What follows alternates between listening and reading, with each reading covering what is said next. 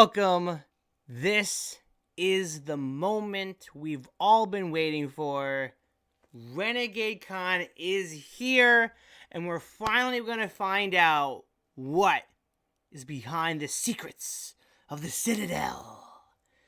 So, I will say before we get right into this RenegadeCon reveals, last time we had a RenegadeCon, I had watched it from my hospital room, and I had not recorded this, and I just wanted to say a little bit about my opinion and what I'm kind of hoping for this RenegadeCon not to do, which was what last RenegadeCon did, which, if you're not familiar, showed off way too much stuff.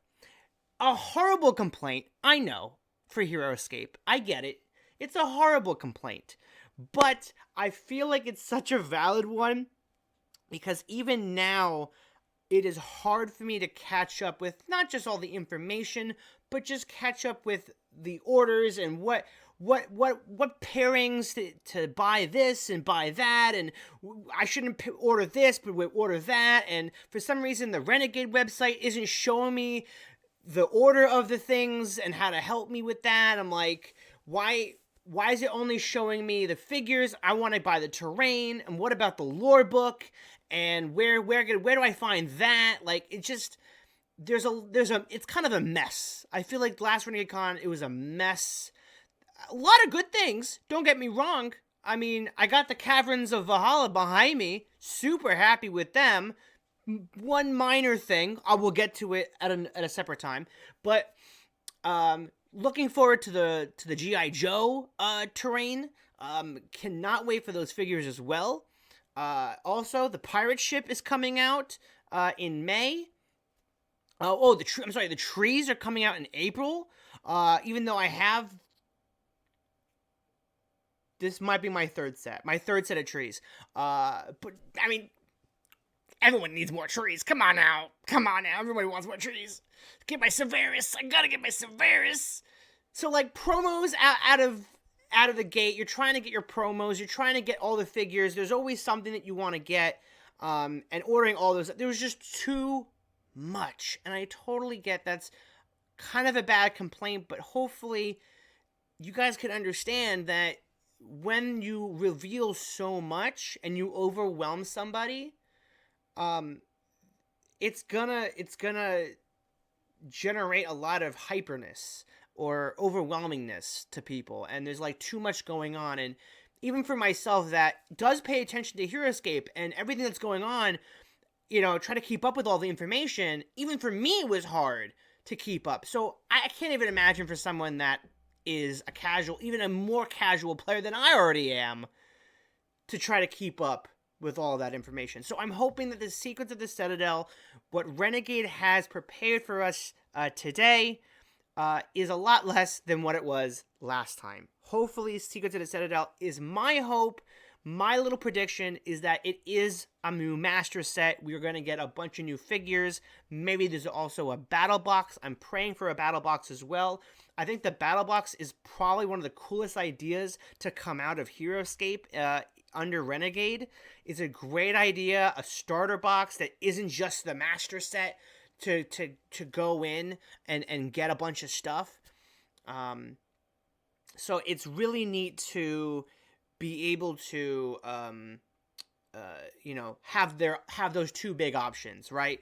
Hardcore fans can get right into it, get the master set, then have the battle box as a little cheaper of an option. Still, for collectors like myself, a must buy, but for those that maybe are trying not to really get into it, they can go get the first battle box, now get the second battle box, and then hopefully go on this trend. I'm hoping that since Secrets of the Citadel is like the second story arc that we're going through, Age of Annihilation was the big story arc that went over the past year and a half or 2 years.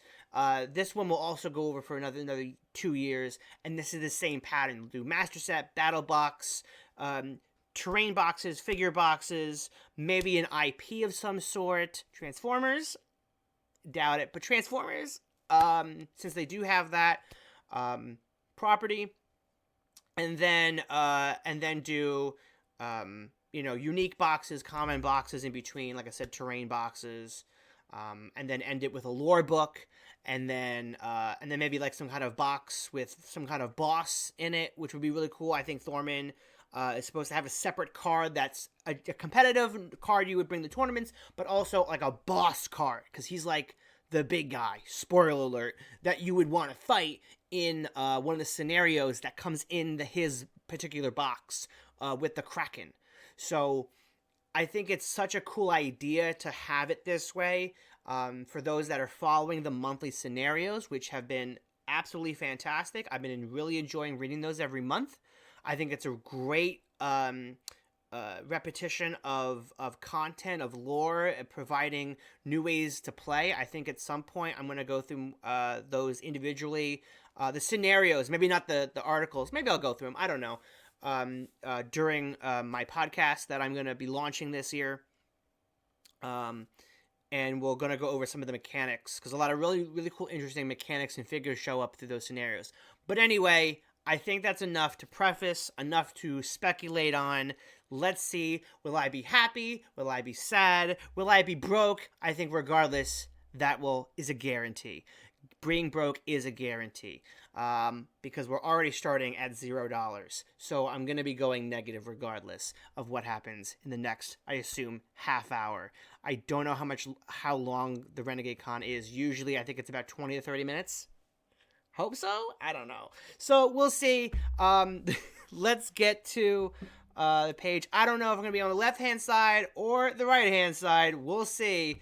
Whichever is more valid. Let's see. Let me scroll through here. This obviously is not live. So let me see if I can get to the right part. Oh, there is an infantryman. Hopefully you guys can hear that perfectly well. Hopefully it's not too loud. Hopefully I'm not too loud. I did enough tests, so everything should be fine. Come on, let's... Oh! Alright. Alright. Alright, here we go. heroScape. Ooh, ooh! Hold on. No cap.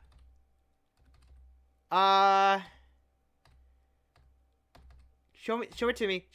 I like the logo. I like the logo a lot. That's a three-dimensional logo. Clip it in the chat, everybody. That is a three-dimensional brand new logo. I think what's the tough part about that logo, I gotta give notes, because, as a person that works with logos for the game, I think there's too many tiny gaps, but it looks clean. I like the three-dimensional. It looks duller. The sharp edges look a little bit more duller, but sorry if no one cares, but I care. This is really cool. I like it. Sorry. Go ahead. Continue. The age of annihilation is over on Valhalla, but its repercussions threaten to destroy our world. The wellspring storm that Thorman unleashed tears apart the land and pulls anyone caught in its grasp into distant worlds. If it is not stopped, it will tear Valhalla apart. A new discovery has given us hope. Deep beneath Valhalla, there is a city behind our ancestors. And the secret That's a headless guy! Storm was That's a cowboy! them. The mission will not be easy. Others have already begun to descend into the city. Oh! The Clockwork Combine will stop at nothing to extract valuable materials and invention from the Citadel's chambers. Hold on! They just mentioned the Clockwork Combine! They're using the faction names! That's a total win!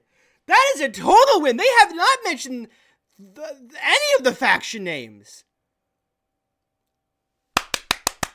Let's go! The Verdant Pact will trap. Dude, what's that fairy guy? The land itself. Is that a Loki? Are we getting a Loki? Covenant's operatives Oh! Robot Solborg! Undead familiar! Ah! Is that a hand? Are we getting a giant hand?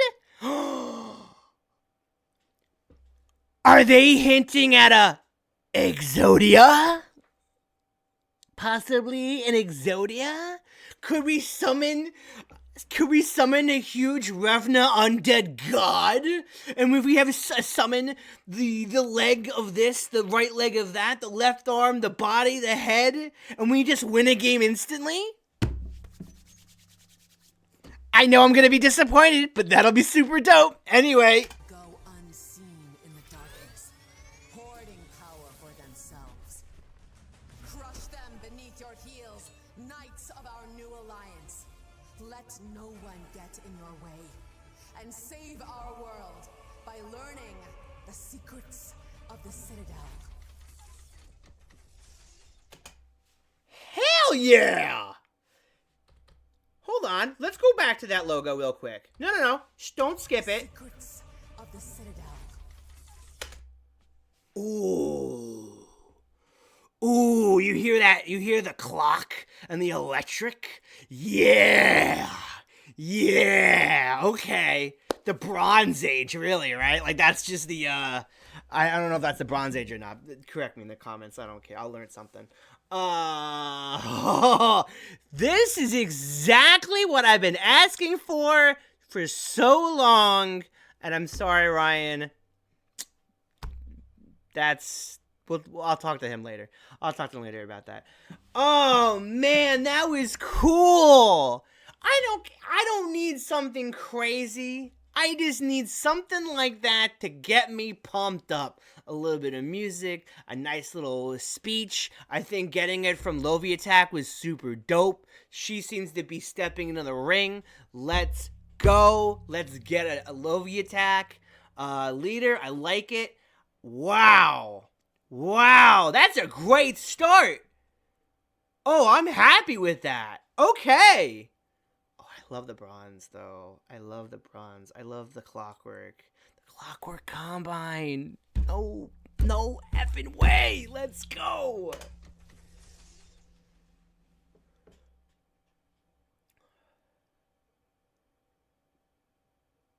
What is up, Renegades? Wasn't that cool?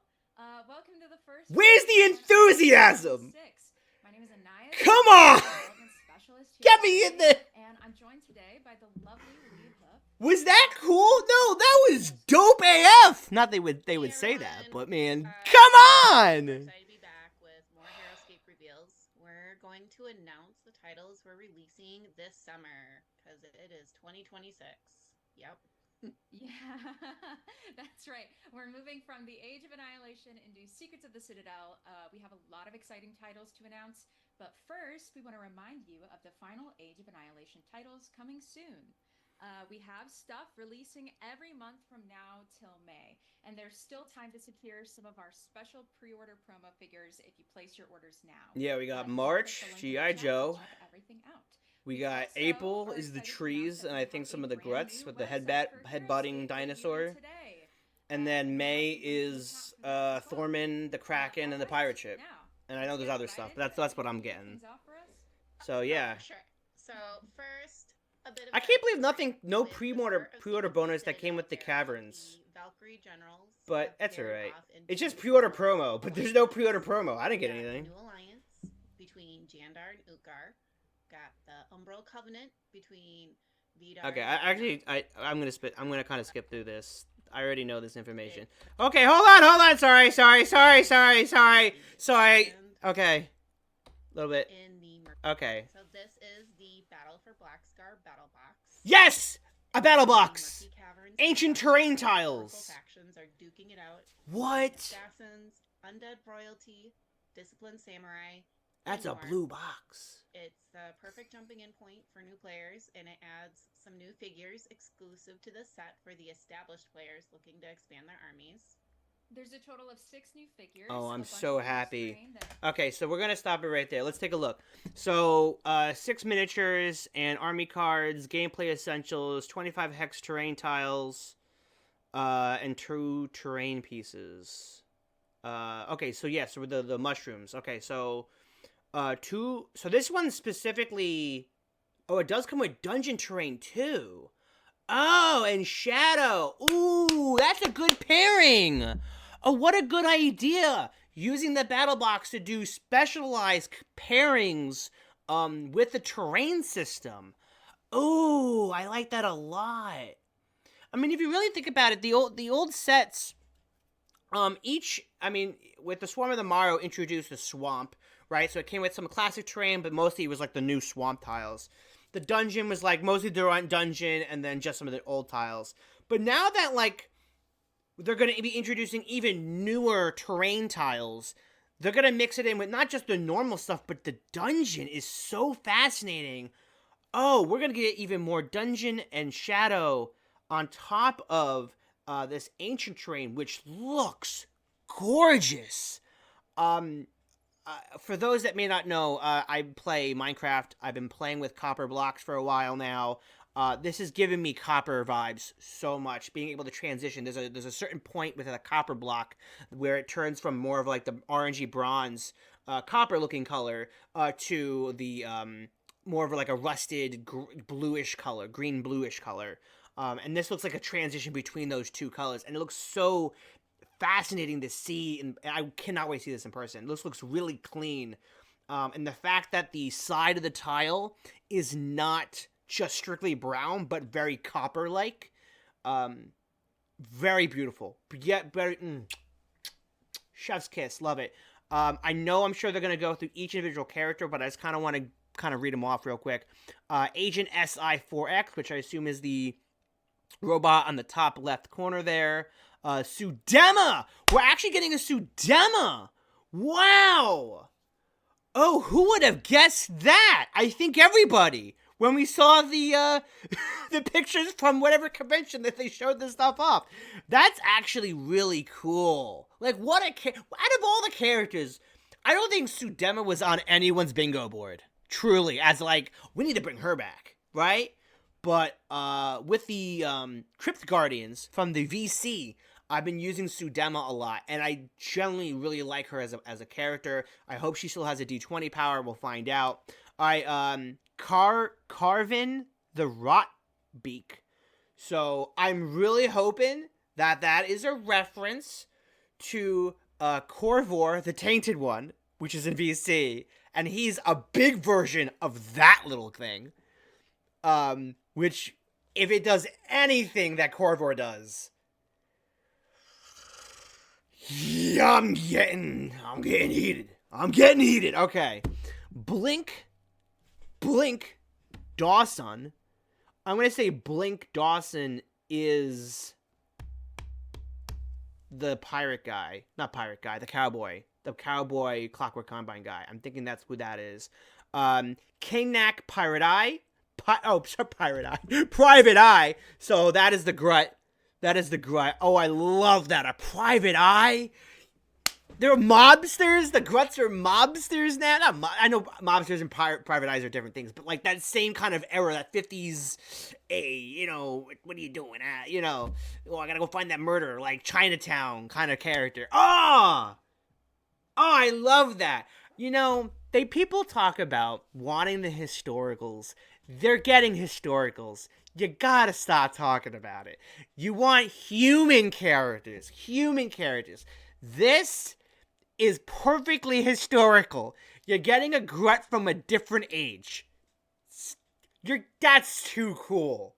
Come on. We got Morrow that are in a present or whatever time period, and then you got Morrow from the future. Grut Private Eye. Let's go, man. That's such a win. That is such a win. I don't care, man. That is so cool. I hope he does something really cool where he like messes with order markers or like wants to, kind of like a dun, kind of like sees what's going on before he can make a plan, like, or mess with order. I don't know. It looks cool. Nishi Suda, which I assume is the Einar at this point, the ninja samurai cop guy. Looks super cool too. I don't know too many about that type of culture, but man, this is OP. 8 order markers, 6-sided die, 8 6-sided dice, 1d20, 20 wound markers, a round marker. What do they mean by a round marker? Interesting. Okay. All right, cool. I'll keep talking. To Let him build keep your talking. battlefields, Oh, we didn't even talk about the young Shroud Shroom pieces. Army cards, and a new Interesting. destructible object, Shroud Shrooms. They're destructible? So before we get to the figures, I have to tell y'all Wait, if they're destructible, I'll let her talk. about these shroud shrooms. Yeah, I'm excited about these. Provided some photos this morning or afternoon, depending on where you are in Discord. But so this set includes the young shroud shroom, and this is a destructible object that alters line of sight for small and medium figures, and it interacts with powers that reference trees via fungal forest. Ooh, Young fungal Shroud Shroom's forest. Spore cloud ability blocks line of sight for nearby enemies, so not even the big guys are safe from this effect. And these little mushrooms also have a little divot on top for wound markers. Yeah, these are awesome. Those will definitely help shake up your games. Oh. Now let's take a look at Why does each that of the figures in this set. Why does that excite me? The terrain has a spot for wound markers. Why does that excite me? It does, though. Oh, so you're saying, hold on. So you're saying that this terrain piece will normally block the line of sight for small and medium figures. That's obvious. It is an object on the map. But it has a spore cloud that also disrupts the vision of larger and huger figures to stop the range attacks.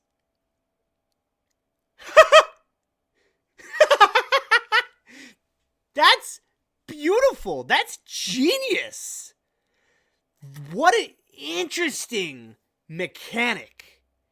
Yes. Really help shake up your game. Yes. Now let's take a look at each of the figures in this set. I'd like to introduce Nishi Suda. Nishi Suda is the first multi-class hero introduced in Secrets of the Citadel, bringing together the two classic classes of Samurai and Lawman, both of which are prominent in Einar and Volorak's Clockwork Combine Alliance. Samurai hero bonding and call for backup provide turn efficiency, letting you make cohesive armies with heroes from both classes. Swordcatcher debuffs small and medium enemies engaged with him, and improved counter-strike punishes over-aggressive attackers by converting excess shields into automatic wounds. Nishi excels as a frontline defender who enables multi-activation samurai and lawman strategies. And if you want to learn more about this fella, you can tune into the heroScape Designer Roundtable later today at 11:30. Okay, all right. I was listening, but I couldn't pay attention. So we gotta read this. Samurai hero bonding. After revealing an order marker on and before taking a turn with Nishi Suda, you may take a turn with another samurai hero you control.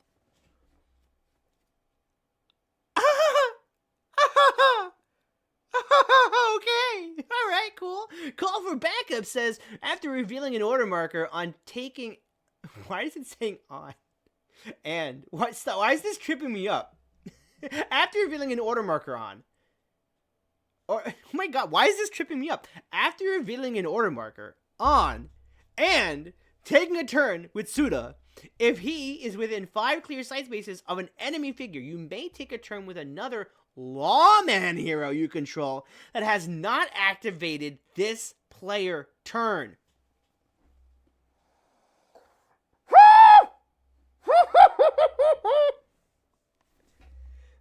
Another lawman has activated. Yes. If anyone is familiar with the lawmen from the VCs, yes, we have something. I know they just said it before, and I was gonna stop it and say something, but man, 2 classes? Yo, I think people were gonna be thrown off with 2 life squad figures, but 2 classifications in 1 card is chef's kiss genius. Breaking the mold that we already know, so that the future of making characters or the future of understanding what characters can be in this game is developing further with just a simple change. So simple. And now you can have 2 types of bonding for both Samurai and Lawman.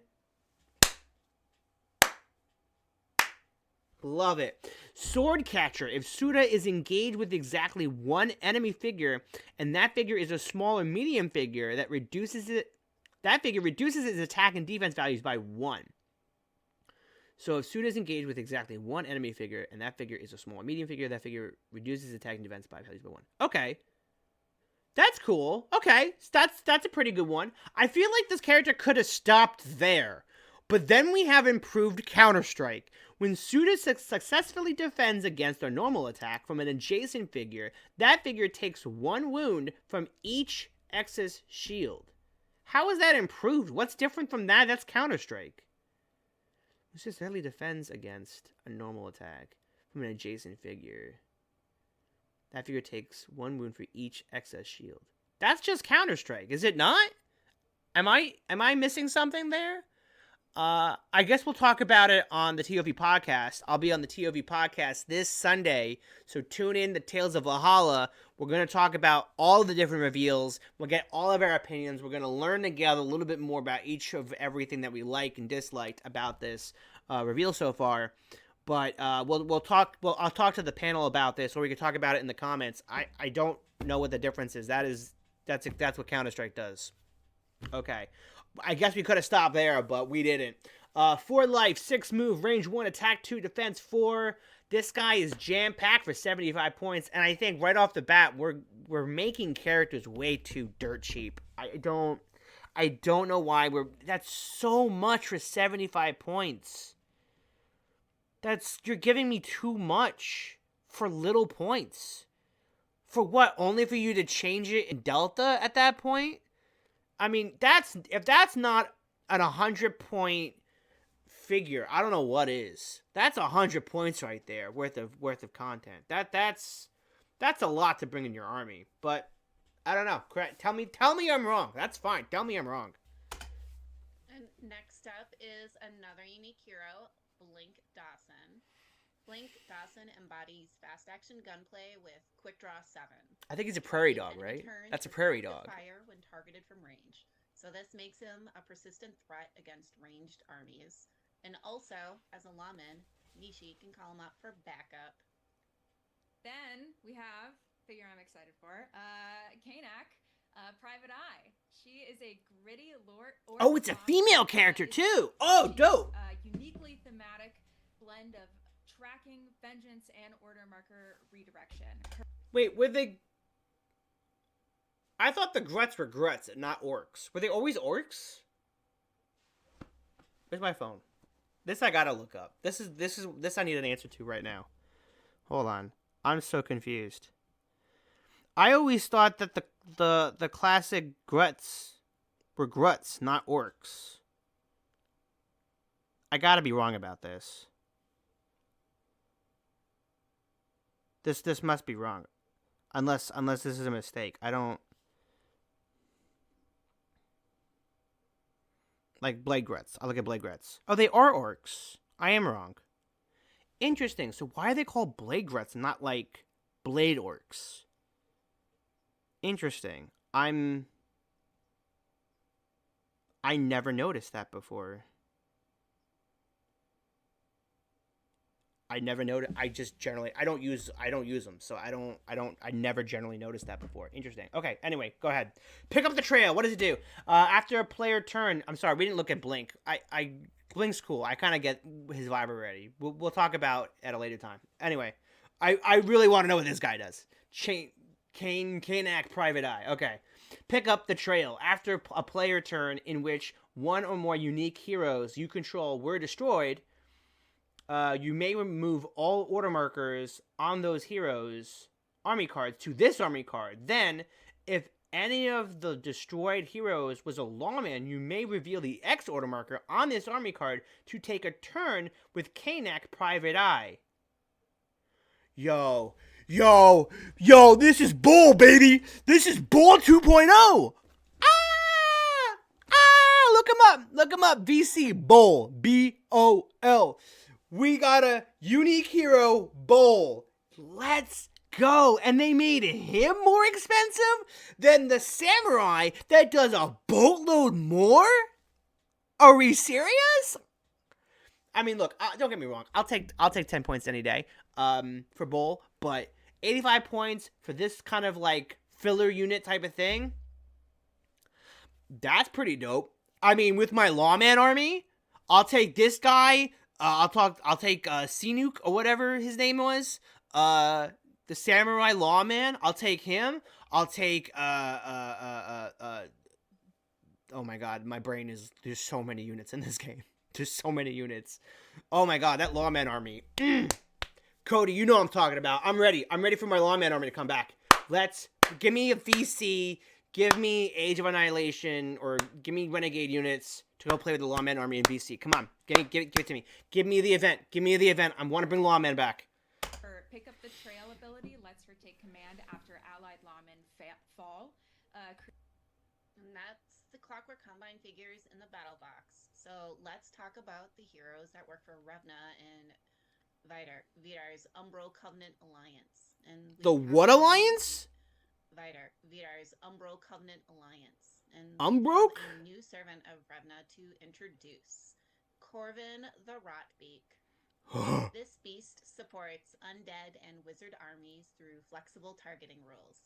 Her Eyes in the Skies special power allows friendly spellcasters and undead heroes to trace range and line of sight through Corvin, dramatically expanding spellcasting and attack angles.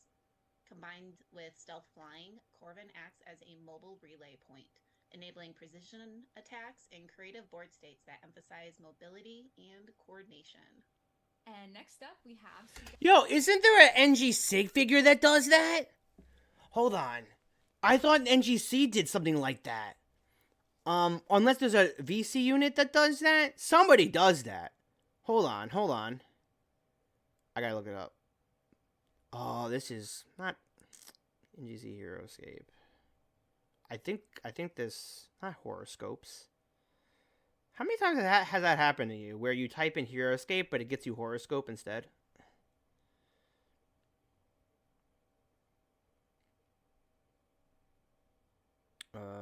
Okay. Ryan NGC Compendium.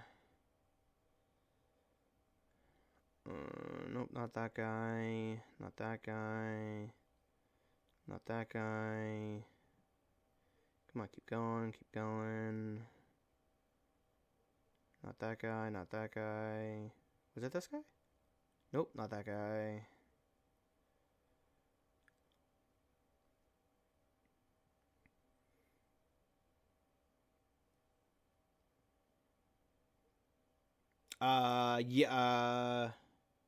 Nope, not that guy.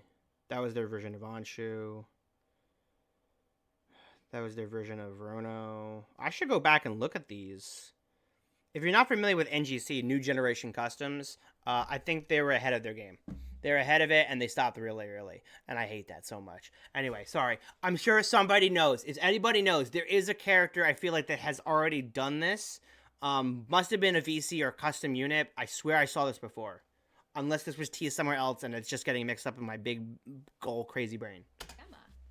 Sudema, the reimagined Undead Queen, delivers battlefield swing potential through command over undead and her iconic petrifying glare.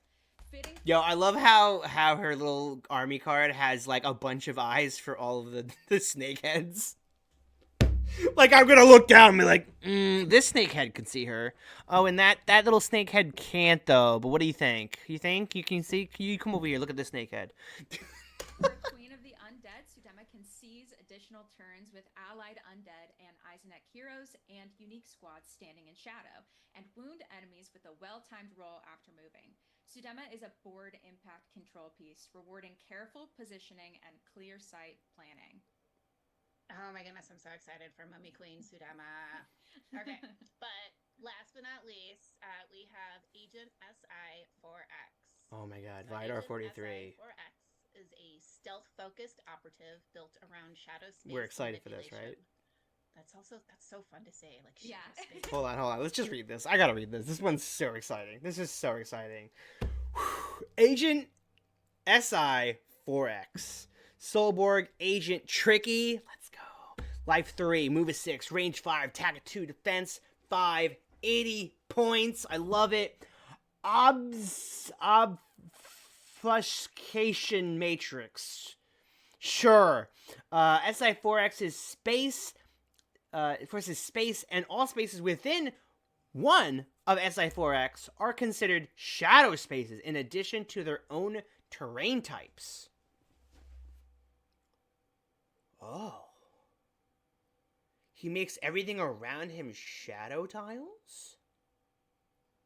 Oh. I guess it's his cloak that does that? Interesting. Okay. Phantom Protocols, Revna, and Vidar figures you control that start their movement on a shadow space can move through all figures and do not take leaving engagement attacks during that movement. Revna and Vidar figures you control that start their movement on a shadow space can move through all figures and do not take leaving engagement attacks during that movement.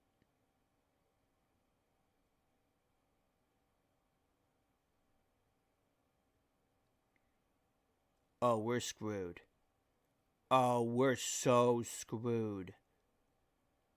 Oh, that is not cool. I mean, that is super cool, but that is not cool. Oh my god. Oh my god. Oh my god. Shadow Assassin. While SI4X is attacking a hero or squad figure that is on a shadow tile, all skulls in the attack roll count for 1 additional skull.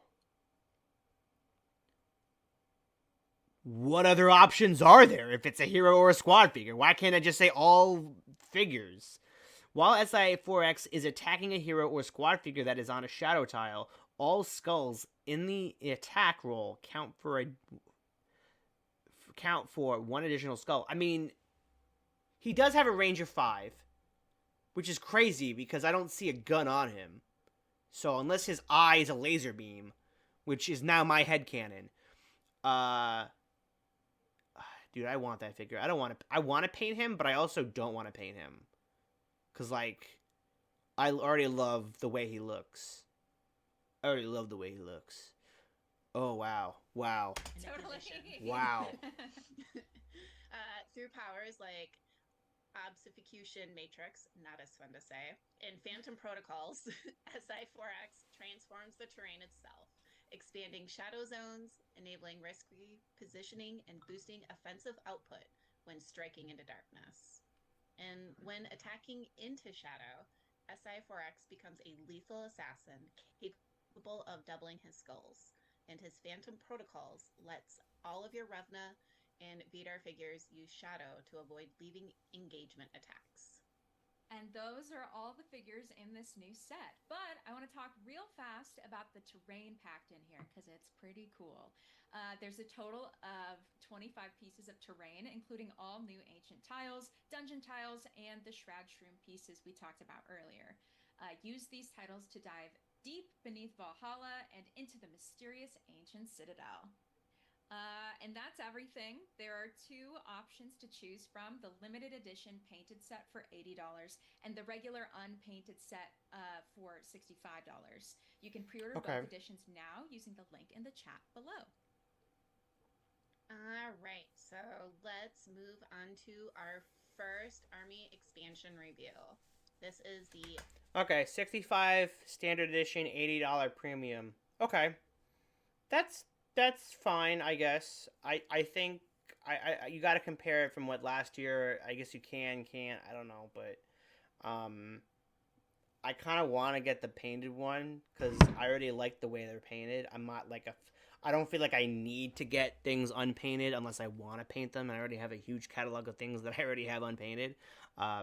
So I think I might get this one painted. So I think I'm going to start making a list right now of things that I want, opposed to everything else. Let's make a new post-it note here. Battle box. What is this one called? Battle for the Black Scar. So BFB $80. All right. BFB. All right. Clockwork So, army Knight expansion. We're going into an army Expedition expansion. Army expansion. This introduces a unique hero and a unique 3-figure squad, along with 3 exclusive treasure glyphs. Yes, we're getting the guys from the art box, from the art concept art. All about bringing cutting-edge experimental weaponry, modular tactics, We're getting the ferret. and precision scouts to the battlefield. So let's get a look at Gimbal first. So here's Gimbal, the centerpiece of this expansion. No, I want to see the other He's guys. a small Volrac dragon engineer whose That huge looks personal mech insanely houses dumb interchangeable looking, prototype but systems. insanely Through awesome draconic looking at the same engineering, time. Gimbal begins each game equipped with And his 3 name's Gimbal. Terrifying monster, Gimbal. exclusive treasure glyphs: breath, wings, and claws, each What? granting a distinct combat module. What? Breath provides a powerful line-based heat beam special attack. Wings grants flying movement capability. And claws gives Gimbal a brutal melee system that can deal What? wounds to adjacent enemies. Gimbal can also jettison a glyph with a blade of equipment, preventing damage at a critical moment. And you remove that part of Gimbal's mech as well. What? Glyphs available for other heroes. You take his head off? Prototypes are incredibly potent but unstable. Each one self-destructs if used by a non-scientist. Built for players who love high-impact decisions, Gimbal offers unparalleled versatility in a single hero. Oh, absolutely. And What? actually, let me tell you about the squad in this set. The Ice No. I thought I wanted to know about the other guys. I want to know about this. Dragonic Engineering. Gimbal starts each game with breath, which is an acronym, which we'll look at, wings, and claws. Treasure glyphs on this army card. These treasure glyphs cannot be placed on this army card except by this power. Gimbal cannot drop these glyphs except when destroyed or with a blade of equipment. Glenn, they're using the word a blade. A blade of armor. Remember? You remember. A blade of equipment. When Gimbal would take 1 or more wounds, you may place breath, wings, or claws treasure glyph on this army card onto an empty space within 1 clear sight space of Gimbal. If you do, ignore all wounds. Wait, he's only 3 life? Are we joking? Ew! 3 life for 150 points. Ooh, that is tough. Alright, so what do these glyphs do? Oh, this is hard to read. Oh boy. This hero gains the claws power. Claws, cleaving, lacerations, array, weapon system. That's dope.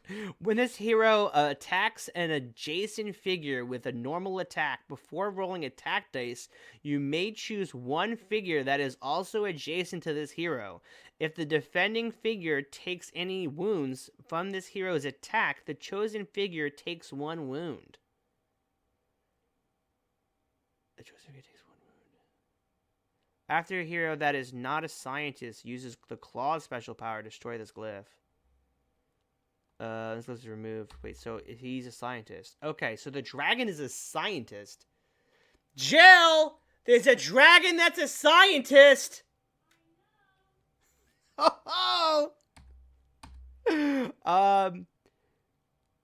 Yeah, interesting. Okay, breath. For bombardment, rants, extension, applying, targeted heat. This hero gains the Heat Beam special attack. Heat Beam special attack, line 6, attack 4. After this hero uses the Heat Beam special attack, if that figure is not a scientist, destroy this glyph. Okay, so it's just a range attack. It's high beam. It just doesn't do anything special. Why do they make special attacks that aren't special at all and just ranged attacks? Why? Why do they do this to me? Stop doing this. Heat Beam special attack should, melt armor. It should have some kind of special, ability. A special attack should feel special. Giving yourself a gun isn't special.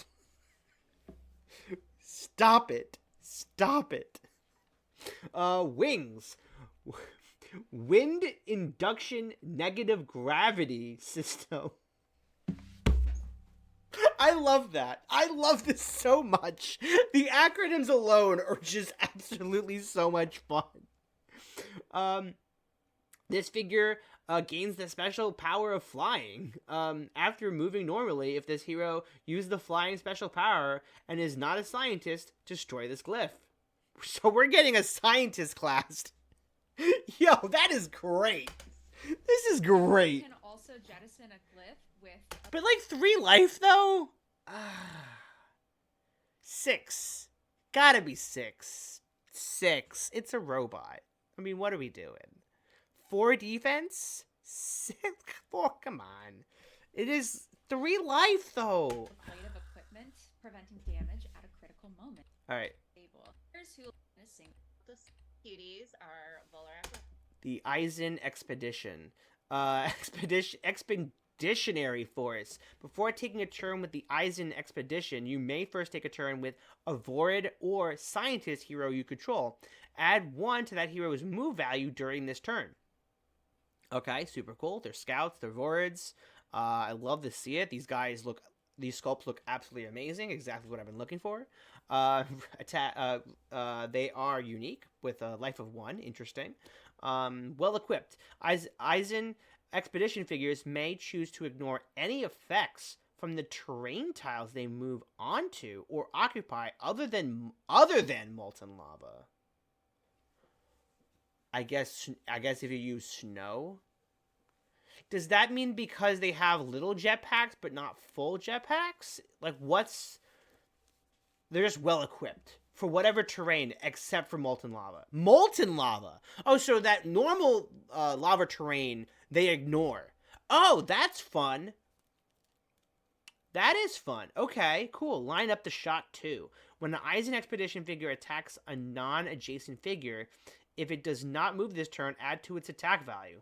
Okay, so add 2, so it's a 3. Okay. So yeah, so you want them to move, but they can move safely. And they can also do some bonding. That's pretty cool. I like 75 points. That seems like a reasonable priced unit. Very balanced, a little slow moving, but are able to traverse whatever they can because they are expeditionists. That seems like a fun card, man. That is so unique and fun. Man, that to me seems like such an Avalon Hill design. Oh, that is great.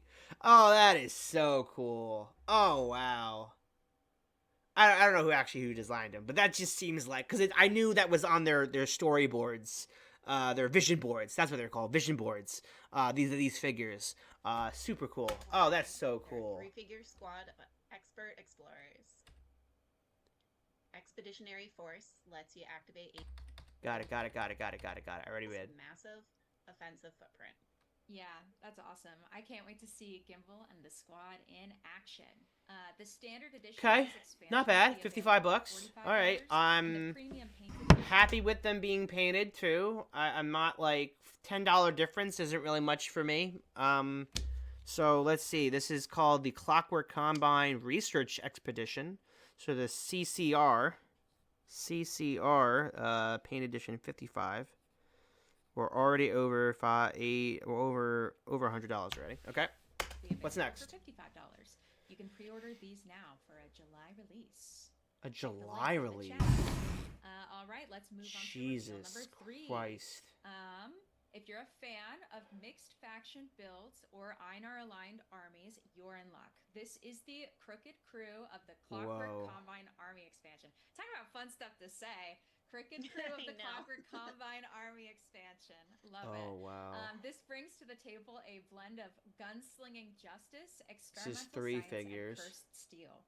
Inside this expansion, you'll find 3 new unique heroes, each with a distinct playstyle perfect for people who love synergy-driven tactics, unpredictable movement, and high-risk plays. Also, I like that. In this expansion, I like all of that. Treasure glyph. Lee, before we get into the heroes, can you tell the folks about the glyph? I sure can. So this new treasure glyph is the blood-cursed blade, and it's incredibly deadly.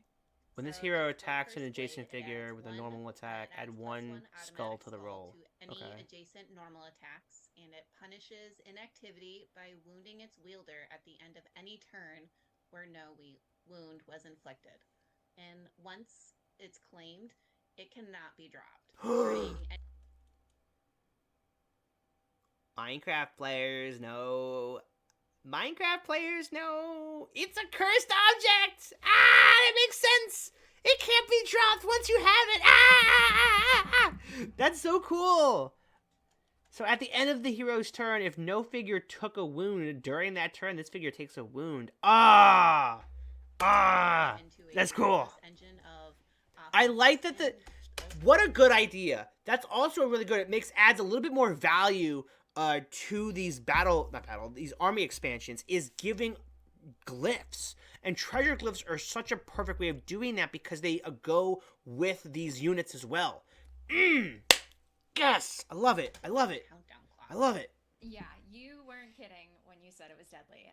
Even crazier, there's a hero in the set that starts the game with this glyph already equipped. Oh. This is Takanawa Kaiga, the blood-marked samurai. Oh. Driven by torment and armed with a blood-cursed blade, Takanawa Kaiga excels in relentless close-quarters combat. The blade thirsts lets Kaiga strike, reposition, and strike again, at the cost of his own vitality, while Counter-Strike punishes non-samurai attackers who get too close. And as I said before, he begins the game already equipped with the treasure glyph, guaranteeing an immediate offensive punch. Yeah. That's why it's improved. If you already commented, I'm so sorry you had to comment. So that's why the other guy had an improved Counter-Strike. Improved Counter-Strike can inflict his power onto other samurai. That's the difference. So the difference is that samurai are not affected by Counter-Strike because they can Counter-Strike the Counter-Strike. So that would kind of negate the idea. That's the whole purpose of that. So the improved Counter-Strike can deny that, meaning that they would be affected by Counter-Strike.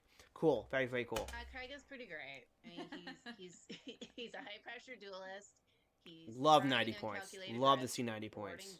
Bold and aggressive play, and it's going to constantly keep his opponents on edge. Yeah. So, but you might be thinking, well, how am I supposed to keep that super powerful glyph out of enemy hands without getting smacked around? Well, you could just use someone that specializes in looting treasure glyphs, and we just happen to know a guy.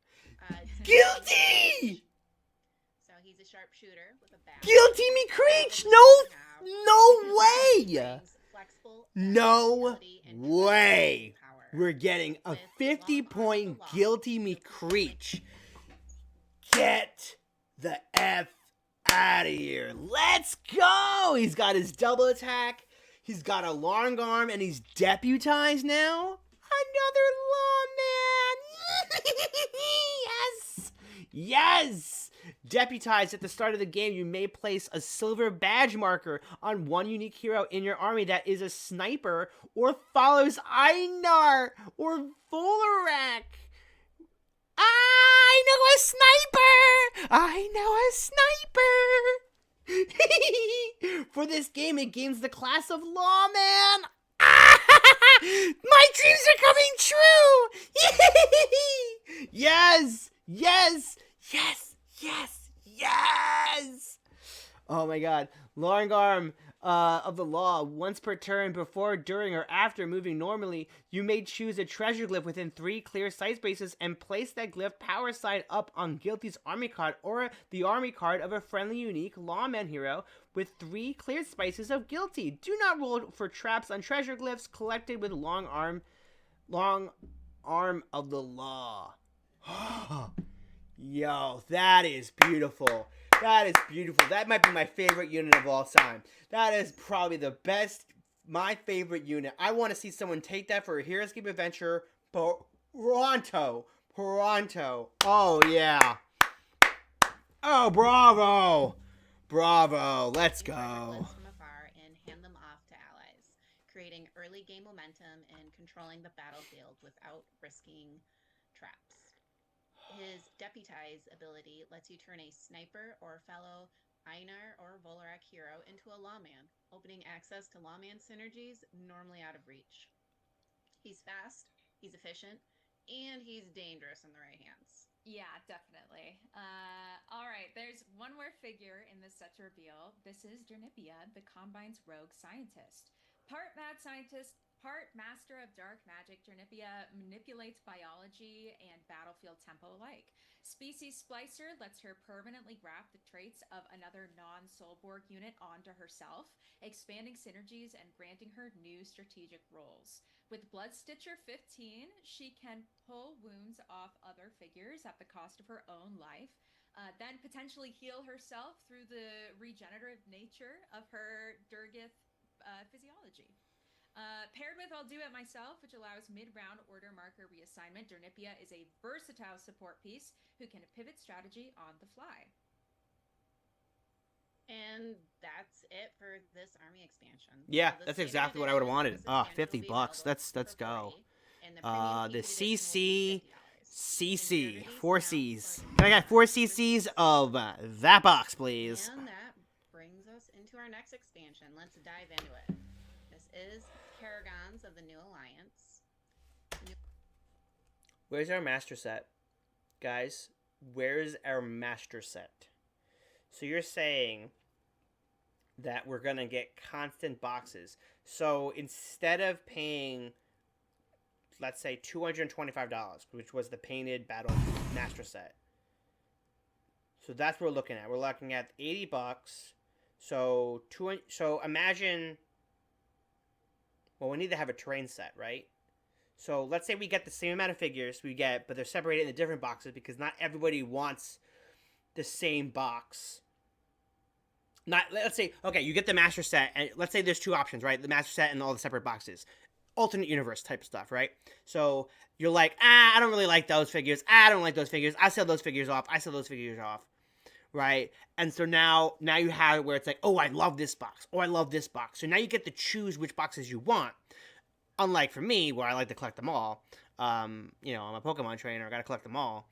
And, but we're looking at the price values for the combination. So if the master set from Age of Annihilation was $225, and the battle box was something of that sort. I think it was like 150, 125, something like that. Correct me if I'm wrong. I don't remember the exact prices. I'm not gonna look it up, but we want to make sure that the price values, because there's separated boxes, isn't double the amount of that master set, and if the amount of figures isn't less than what we have gotten in the master set, if there is no master set aligned with Secrets of the Citadel. So, but even if, let's say, that the rest of the army expansions for Secrets of the Citadel, there isn't going to be another master set, which I think in the end I could be happy with. I'm glad we did the battle box. I'm happy we got the battle box out of the way. So as long as we're not getting priced more because of the master set not being there and everything's being separated in the separate boxes, that we're not being charged more for that opposed to everything being in one box. Okay. Keep that in mind. That's all. The unsteady pairing of Jandar and Ugar's forces, now led by Leviatok. This set brings together 3 unlikely heroes under the banner of Jandar. We've got Jean d'Arc, Concan the Kiri Warrior, and Frizz Galligan. Together, they form a powerful coalition built on sacrifice, coordination, and battlefield leadership. Can you tell us about the first figure in this set, Anais? Yeah, absolutely. This is Jean d'Arc. Jean d'Arc embodies sacrifice and protection. Her Shield of Faith can negate devastating attacks at a critical moment, while Faithful Spirit allows her to continue protecting allies even after she falls, granting her defensive She's a champion and a knight. hero. Jean's presence rewards tight formations and thoughtful timing, making her an ideal early line defender and late game support piece. I know I say this about a lot of things, but she's pretty amazing. Yeah, totally. But I should probably tell you about this other veteran leader of the New Alliance, Concan. Oh, I didn't even hear that the first time. I thought made something else with a C. So this is straight up Concan, older Concan. Wow, we're getting a new Concan. Wow, he's got gray hair. He's an old man now. Okay. He thrives on coordination between opposing forces. Okay, so Might of Bleakwood. Other Jandar figures you control within 5 clear sight spaces of Concan the Kairi Warrior add 1 to their attack value if there is a revealed order marker on an Ukar army card in your army. Oh. Okay. Hive killer, eh? Vigilance of Nostraland. I love we're getting lore drops of, like, places in the cards. I'm happy with this. Bleakwood, Nostraland, things I'm familiar with the scenario lore and, like, the Thorman's journals. Love that. Vigilance of Nostraland. Ukar figures you control within 5 clear sight spaces of Concan add 1 to the defense value if there is a revealed order marker on a Jandar army card in your army. Interesting. Oh, I love that. And they're really going deep with these double classes, which I really, really love. Oh, so cool. Through Might of Bleakwood and Vigilance of Nostraland, he boosts allied Jandar attackers and Ukar defenders depending on revealed order markers. So he's encouraging careful turn planning, mixed affiliation army building. I mean, makes sense. Yeah. And if you look closely on his cloak, there you'll see like both the Jandar and Ukar symbols on like his little cloak cape thing. What you know? Oh, wait. So Jandar and Ukar are being formed as an alliance because of Lovi attack. That's what they said. That makes sense. Because all the alliances are being reformed because of Revna now. Meaning that Ukar forces and Jandar forces are being aligned. Huh. I don't know how I feel about that. I don't know how I feel about that. I want to work with those stinky Jandar. I'm not really a fan of that one. Wait, I have to read this power again. Other Jandar figures you control within 5 clear sight spaces of Concan the Kairi Warrior add 1 to their attack value if there is a revealed order marker on an Ukar army card in your army. I didn't even read that right the first time. I didn't even read that the first time. He's not a hive killer. So if you have, let's say, Marku in your army, and the rest of your army is Jandar, if you take a turn with let's say, I'm just using him as an example, that everyone else gets their attack value. How big are these armies that you're gonna have Ukar and Jandar? They really want you to mix and match, which obviously is the big selling point, that you shouldn't just build your armies based on the Valkyrie general you have, and yet there's a lot of synergies within that same Valkyrie general, but this one is encouraging you to use Jandar and Ukar units, which is honestly really cool at the end of the day. Super, super cool. And also, obviously, he flies. So with flying, he remains mobile and central to the fight, anchoring key engagements. And this final figure is what I'm excited about, Frist Galligan. Frist Galligan delivers surgical strike from the back lines. I like that name. Frist Galligan. The big old FG over here. Let's see it. It's RA1A guided cannon 2 life. Special attack. Ignores height advantages and can hit from a very long range of 10. But we got a sniper. Fire when ready. At the start of your player turn, you may reveal the X order marker on this army card to take a turn with Fritz Galligan. No other army card may take this turn instead of Fritz. If Fritz moves during this turn, he cannot attack. Okay. Interesting. Why is it called Fire when ready? Interesting. Okay. RA 1A. 1A snake sauce. Am I right, guys? Am I right? Guided cannon special attack. Range 10 attack 2. The raw A 1A. Wait, no, it was A1 sauce, not 1A. Sorry, I got those mixed up. Never mind. Scrap that, reverse it. Alright. Guided cannon special attack can target only figures that are adjacent to one or more figures you control. Figures never have height advantage against the RA-1A guided cannon special attack. Wait, can target only figures that are adjacent to one or more figures you control. Figures never have height advantage. Why is it targeting only player figures on my army side? I don't like that. That's... What? Is it like a targeting beacon thing? Like it targets... That sounds weird. I'm not understanding the lore of that at all. Someone explain me the reasons for this, please. Sniper and Soldier is a great pairing. I love the pairings. The pairings are great. The flexibility of synergies is about to converge into something beautiful, and I love it. I love it! Requires a friendly figure to be adjacent to the target, while Fire when ready allows for us to act outside the normal turn order using the X order marker. This makes him a flexible threat, even when it isn't... I didn't even notice that. He was a Gilry. He's a Gilry. Oh, I thought that was a cape. That's his wings. Why aren't any of the Gilry's wings like that? Why are they all up in the air? If you ever see a picture of like 20 Gilry on the arm on the tabletop, it looks disgustingly a mess. Why couldn't they have them down like that? I thought that was a cape when I first saw him. But his wings for the Gilry. Oh wow. Technically his turn, which is interesting. Yeah, he's awesome. I'm excited to see how he's used in other people's games, and if this crazy team doesn't already sound awesome, we have 2 new treasure glyphs to sweeten the deal even more. So these glyphs deepen the expansion's focus on positioning and teamwork. Spear of Gerda. The Spear of Gerda, famously wielded by Raylan the Curie warrior and forged by her mom.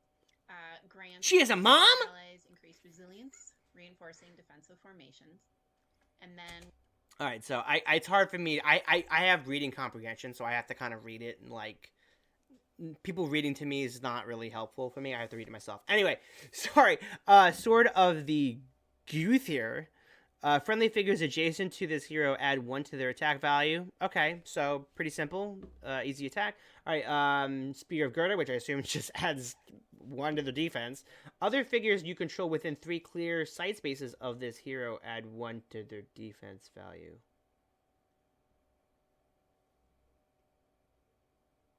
Okay, I just thought of 2 issues with all of this. 1, we're making anyone Raylan. So fantastic with that. Also, hey, competitive! Hey, I think the competitive scene is being scrambling right now because treasure glyphs are usually not embedded with the gameplay.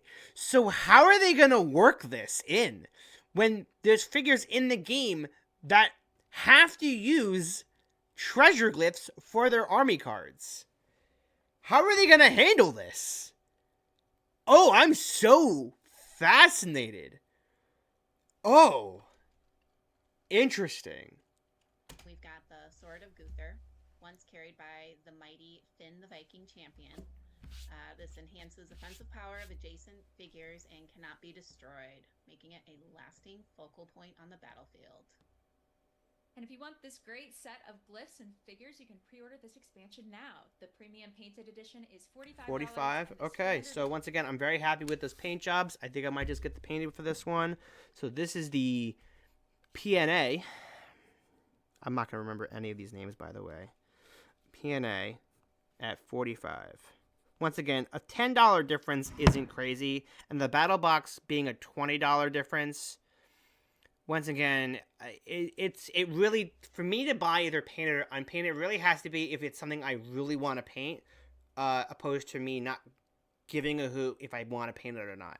I'm not. I want to be able to save as much money as I can, but I also want to save as much time as well. So time is money. Money is time. Edition is $35. Both will be released in July. Check it out at the link in the chat. I know there's tons of more content here. How much longer is this? Time for our final army expansion reveal. Oh. Introducing the Might of the New Alliance. What? This set What in God's aggression name is and that? Relentless momentum onto the battlefield, which includes a new Morrow Hive Lord. That's a Morrow? That doesn't look like a Morrow. Ew. Is it Revna Morrow? That looks like a... If that's Revna Morrow, I could understand that. Ew. Do I want to paint that? No, I don't think I want to paint that. It looks disgusting. Oh my god. I can't even look at that right now. I could look at any of the Morrow and go, dude, that's dope. I love that. Ugh. That's right. She's huge, and she's here. She'll be releasing alongside a brutal Ursine raiding squad bound by blood and conquest. Well, let's get it is Utgard. At the army card. Hive Tunnel. Kari. Hive Tunnel. This isn't a trick, right? This isn't like one of those like, oh, we're Bach Bernard, he's a Morrow guy, right? And he's like a pirate and like doesn't even like work with any of the he's a Hive Lord. So that means that the Nagrubs should be able to work with Kariga. I kind of like that name though. Kariga kind of goes kind of hard. Kind of like that. I like that. Hive Tunnel. 7. Okay, so 140 points. That's devastating to my point values. Attack 5, defense 3, range 1, attack, move 6, 7 life. I love the 7 life. That is very nice. Hive Tunnel. A paragraph's worth of content here. I love it. Instead of moving normally with Kariga, you may Hive Tunnel. Choose an empty space within 4 spaces that is no higher than 6 levels above or below her level, and place Kariga. Sorry, I lost my place because I was trying to figure if she's a double space figure or a single space figure, which I assume she's double spaced. I assume this image doesn't confirm that, but I assume she is a double spaced. 6 levels above or below, place Kariga on that space. Then roll the 20-sided die for each figure adjacent to Kariga. Add 1 for each wound marker on this army card. If you roll a 1 through 13, nothing happens. Ugh. 1 through 13, if nothing happens. If you roll a 14 through 19, that figure receives 1 wound. If you roll a 20, that figure receives 3 wounds. If Kariga is engaged, this is the vampire. The touch, the freezing touch, right? That's what this does. But isn't that easier to do? Hold on. This is gonna bother me. This is why I need to look some things up, because it's gonna bother me if I don't. Because I want to have my information right. Are they just called vampires? If I look that up, no, not calories. How did it go from vampires to calories? Don't autocorrect me. No, it doesn't come up as vampires. What is his name? What is his name? His name! I'm driving everyone crazy. Man, I don't even know. He's over 140. I think he's 140 points. Is he not? Cybrin. I was right. 140 points. Chilling Touch. Chilling Touch. After moving before attacking, Cybrin Eisenwine may attempt a Chilling Touch. To do so, this figure, choose an adjacent figure. Roll 20-sided die. If you roll 1 through 12, nothing happens. So difference is added 1 more. 13 through 15, the chosen figure receives 1 wound. 16 through 17, 2 wounds. 18 through 19, 3 wounds. 20, 6 wounds. So you're saying I can't even give 6 wounds. Chilling Touch will practically kill most things. And Kariga, this double-spaced huge 9 figure, the most it can do is 3 wounds. But I guess it can move underground 4 spaces. What? at least be able. I mean, it is doing it to everything around it, and it is double spaced. It is a double spaced figure that can travel underground, and it can do it to everything around it. So I guess that is the detriment there. Okay, so if Kariga is engaged when she starts the Hive Tunnel, she will take leaving engagement attacks. Okay, fine. It's not Secret Tunnel. It's not Secret Hive Tunnel. Secret Tunnel! Secret Tunnel. Can't be Secret Tunnel, no? Oh, I'm gonna make an adventure with her. Do make it a Secret Tunnel. She can't. I'm gonna make Secret Tunnel Hive Lord.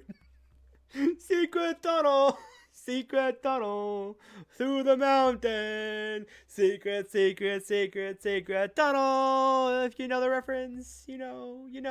Anyway. I like the Relentless. I like the Hive Lord. I like the Hive Tunnel. It does, yeah, you attack, add 1 wound for this army card. Add 1 for each wound marker on this army card. So, okay, so it does make it easier if you have more wounds on it. So if you want, you should probably take leaving engagement attacks in order to escape to attack more things. So once again, they're doing a lot of high risk, high reward. A lot of the secrets of the Citadel are, you know what? Secret of the Citadel. We're not even getting a secret tunnel. Are we serious right now? One of the secrets of the Citadel is not a secret tunnel. Anyway.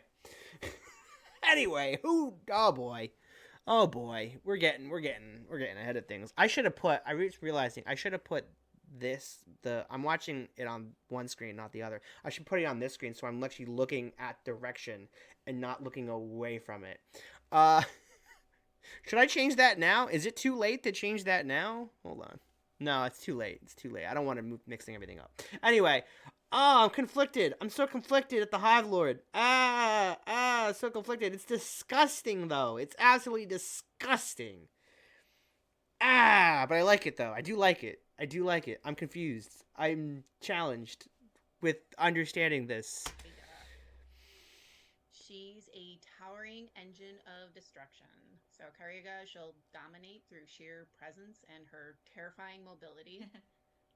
She has a Hive Tunnel ability that allows her to reposition across the map in an instant, inflicting wounds on nearby enemies as she erupts from the ground. And as she takes damage, she grows even more dangerous, turning attention into fuel for devastation. And, she's also designed as a centerpiece threat, so she pressures enemy formation and forces constant repositioning. Now, let me tell you guys about the unique squad, the Gnarlfur Raiders. This is a savage, hard-hitting squad that thrives on momentum. Also, it's more Earth sign for the folks out there looking to expand their bear armies and collections. With mighty hero bonding, they activate alongside. You know someone's drawing these guys. They're buff bears. You know it. You know it's happening. Valiant or relentless heroes that follow Jandar or Utgar, keeping turns fast and aggressive. Their Brothers in Blood ability increases their speed, attack, and defense as squad members fall, creating a snowball effect that makes the survivors increasingly dangerous. These excel at close. These bears can bond with the Morrow guy. Oh, we get relentless bonding. And valiant bonding. Oh. Control these affiliation is Ukar or Jandar. Oh. Because of the lore significance. Because of its significance. Interesting. Brothers in Blood increase the move, attack, and defense values of this army card by 1 for each of your destroyed left raiders. So, interesting. So this is kind of like another VC unit, the B11, not resistance fighters, B11s. I don't remember the other name, but they're B11s. And they have a similar thing, but it's only their attack values and defense values that change. But this is the move, attack, and defense values. So if I only have the brown bear or the white bear or the black bear left alive, as the only one left alive. So that means that their move would be 7, their attack is 5, and their defense is 5. And they each have a life of 2. So that last bear could be very deadly. And can really be much tougher. This is neat. Gnarlfur Raiders. Ooh. Borders engagements and reward fearless. Bears are deadly. Oh my god. Also included in this expansion are 2 glyphs. I swear to God, if one of these glyphs is not like a Mar-related glyph or some sort, I'm gonna be so mad. With all these treasure glyphs coming out, with all of these expansions, which once again, the competitive community is probably hitting their heads against the wall to figure out how to just include treasure glyphs now, into the formats. But oh my god, Renegade is changing the game significantly. I don't know for the good of for the best or not, but my god, this is utter. We're getting changes. Gulosh Wing Render, I think I'm saying that right, famously wielded by Leviathan, the Kiri warrior, enhances melee reliability by allowing a critical reroll when attacking adjacent enemies. Glyph of Zigvald is a power glyph that permanently increases army-wide mobility by 1, accelerating... This is a power glyph. This is supposed to replace the glyph of... whatever the movement glyph was. I don't remember the name of it. Interesting. So instead of a move of 2, it's a move of 1. Do not use this power when moving off of this glyph. Okay. That's a fine thing. And then, of course, the Gulnik's Wing Render is the re-rolling power. Okay, cool, very cool. I love this introduction of glyphs added to the army expansions. I love this. This is great. Good change. Good change. Good change. For $50 and the standard edition for $40. Like the rest of the Secrets of the Citadel stuff we announced today, these will be released in July. The M&A. To check them out. And we have one very special terrain expansion to reveal today. So if you thought the Shroud Shrooms in the Battle Box sounded cool, well, I'm pleased to say we're offering more of them, along with a new terrain type in the Ancient Lands of Valhalla. So the Ancient Lands of Valhalla reshape the battlefield with forgotten metals and living terrain.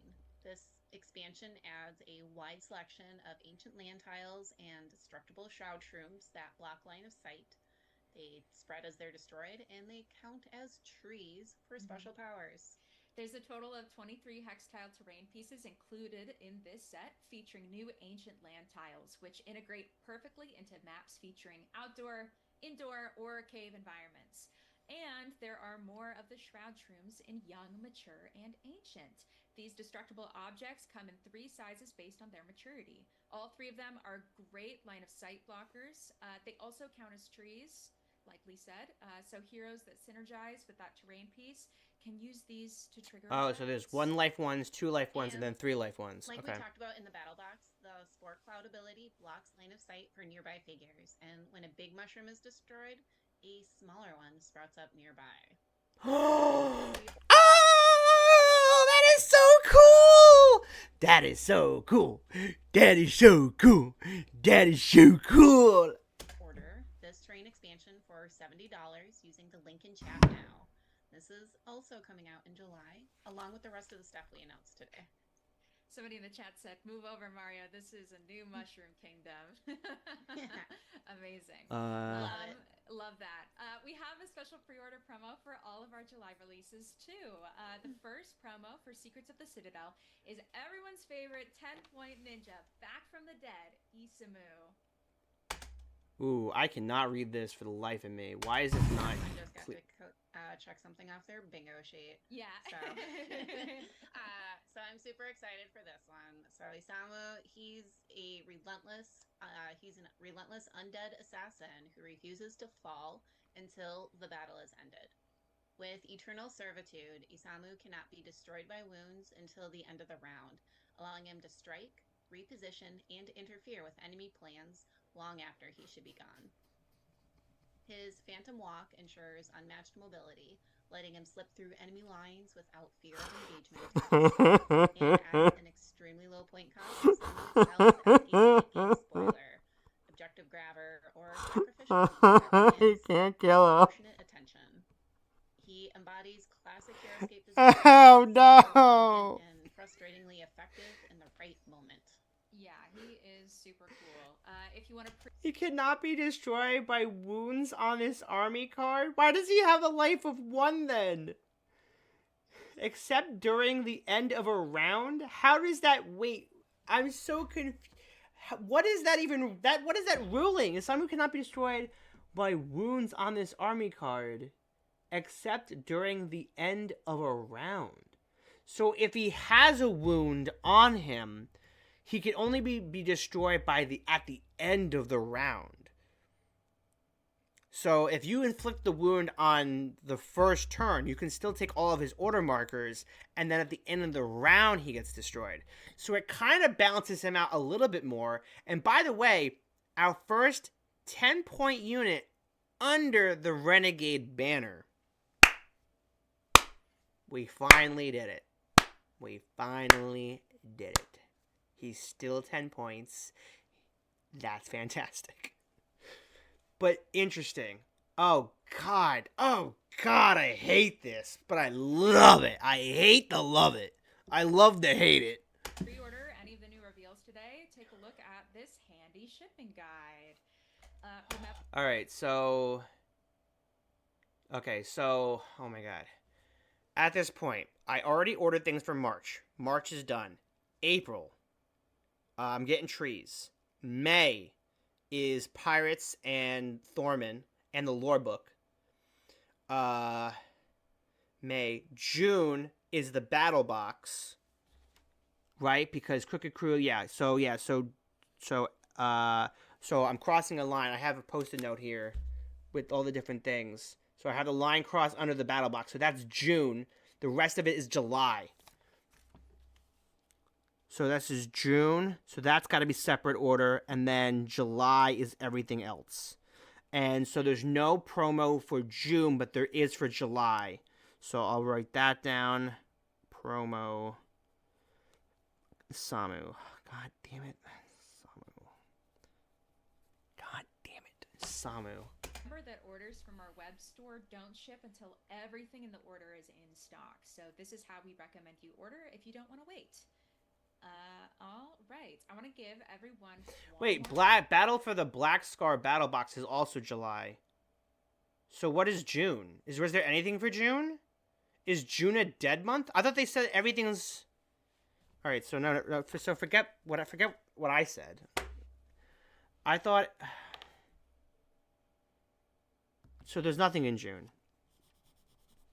All right. So I'm doing math now, right? Second to take a look at this guide and screenshot or whatever.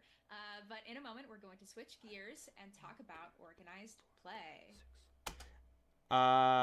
There's something missing here. There's only 1, 2, 3. No, I counted right. I'm counting wrong. I'm sorry. Get me out of here. I'm done. I'm getting tired, I guess. I don't know. In 2026 that you'll definitely The most boring thing. I could not care less about organized play. We have information to share on Store Championship events, Valkyrie Trials, the World Championship, I'm gonna take a nap. and organized play kits. So, Store Championship applications are open now until March 9th. The heroScape Store Championship is a premier level event where heroScape players compete to determine who will be crowned Store Champion. Last year's Store Championship events were a ton of fun. Players all over the world competed, and we're super excited to continue these events and support a new season. Yeah, and we have some new exclusive prizes for these events too, because, prizes, that's pretty fun. All participants will receive. Heck yeah!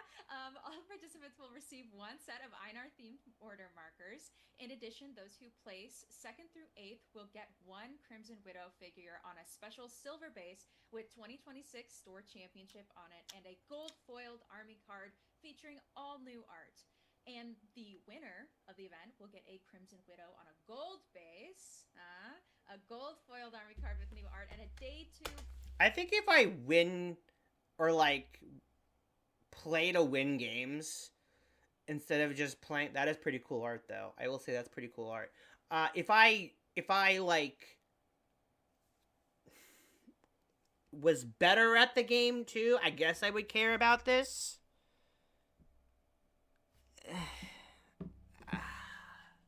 I just like showing up to events and playing the game with people and meeting people. If I get something that's awesome, I think the prize that I really get is meeting new people and playing and getting experiences. But this is really cool. I'm happy. If you're happy with all of this, I'm very happy. I think at some point I will talk about more in-depth organized play because it is starting to seep into my experience when I go to different stores and play. At least with Renegade, I haven't been to a Valkyrie trial yet. But it's the Renegade play style is starting to come in because I guess a little tidbit is that to open up more experiences for newer players, a lot of the tournament organizers are not using VC as something that you can bring to tournaments, and it is upsetting to me because I love the community-made stuff, and I don't want to see that go away, and I don't think it will go away, but because it's been integrated into my collection so well, and a lot of my friends and the people that I play around are very familiarized with those cards, I just don't want people to forget about the VC units, and I don't know, that's a whole other rant for a whole other video. We'll talk about it later. This is already getting way too long, but By 2026, heroScape. I hope you're having a great time because I'll tell you, I'm having a great time. I'm just not really into the whole winning a trophy thing because I don't win trophies. I don't win. And a silver-based Crimson Widow and her new army card. Yes, absolutely. Shout out to judges and organizers who make these wonderful events possible. If you want to play in a store championship event, you can share the link in chat with your friendly local game store and ask them to apply. Remember, stores must apply by March 9th. That's very soon. February's a short. Okay, I'm going to skip a little bit. Valkyrie Trials. Form for the 2026-2027. I'm very familiar with the one in Cherry Hill. I'm going to try to make it. So you can submit your applications until April 31st. I should be able to make it. I'm not 100% sure, but I should be able to make the one in Jersey. So. And I'm very excited to announce the new exclusive prizing for the season. Prizes. So all Katana of participants Thorian. will receive Enemy figures must be adjacent to this figure to attack it with a normal attack. Okay. Oh wait, this is the sword. Wait. Yeah. Okay, so this is Sergeant Drake's sword as a power. Once again, combining lore and mechanics into it, because all the Valkyrie generals or characters within the game have given the figures that we know and love special powers. Example, the sniper rifle on I'm so sorry. I'm sure you're yelling at me right now. Sniper. Deadeye Dan, which was the Ulhar enhanced rifle special attack, which I hope at some point we do get as a treasure glyph. I think the Ulhar enhanced sniper rifle should be something we should get as a treasure glyph. I would like that. a set of Jandar themed order markers and a Katana of Thorian permanent treasure glyph. So does that mean at some point we're going to get a brand new Sergeant Drake that comes with this as well? Because this is the gold foil edition, and this has not been included in anything else. So this is practically like a promo thing. This is happening. We're getting this first before a fourth edition of Sergeant Drake. So that could possibly be teasing the idea that we're getting a brand new Sergeant Drake that could be losing his sword, or we're just doing this thing where treasure glyphs are being included with characters because of them being weapons that they hold. Once again, a very cool mechanic. I love that idea. Protects the bearer from normal range attacks, and you also get the glyph card to go with it. Players finishing 2nd through 8th will also get a silver-based Sergeant Drake figure with an event-exclusive foiled army card featuring all new art. And the winner gets all the participation. That's a cool art. I will say that is a really cool art. Very neat. Very happy with that art. Sergeant Drake, sir. Beautiful. Prizes, a special gold base Sergeant Drake figure, and the event exclusive art. So we're not getting a new Sergeant Drake. We're just getting the same Drake with that thing. But I'm assuming that at some point they'll repackage it or they'll give us a new Drake. I don't know. We'll speculate that in the comments. Somebody tell me, do you think if we're gonna get that in the comments or not? And I know we keep mentioning it, so we want to talk to you all a bit about Gen Con and the World Championships. So World Champs, there's exclusive prizing for participants and for the winner. All day one participants will get a special World Championship T-shirt. I'm rocking mine from last year's. And a special new mini. We've got Tailored, the Curie Why did they do William like that? Why they do him like that? Why is Tailored fat? What is this? So he's a brutal battlefield commander who turns nearby melee fighters into engines of Holy destruction. shit. His onslaught aura Why is he enhances so attacks by fat? gladiators and nearby figures, adding guaranteed offensive pressure exactly where the fight is thickest. I can't even Combined read with that Deadly card. Strike, which doubles his skulls, Tailored becomes a terrifying close combat threat in his own right. And with stealth flying, Tailored positions himself precisely where his aura is He ain't going anywhere stealthy with that fatness he's got going on. Armies that thrive on aggression and He's a gladiator and warrior now? Yo, that's dope. What a combo. A Kyrie gladiator warrior pro. They'll also get a World Championship dice set. So cool. Top 32 will get the exclusive 2026 World Championship order marker. Seriously, why they do William like that? Jesus. Top 16 get a special signed art print by heroScape artist Eugene Mappioli, who's amazing, just truly incredibly talented.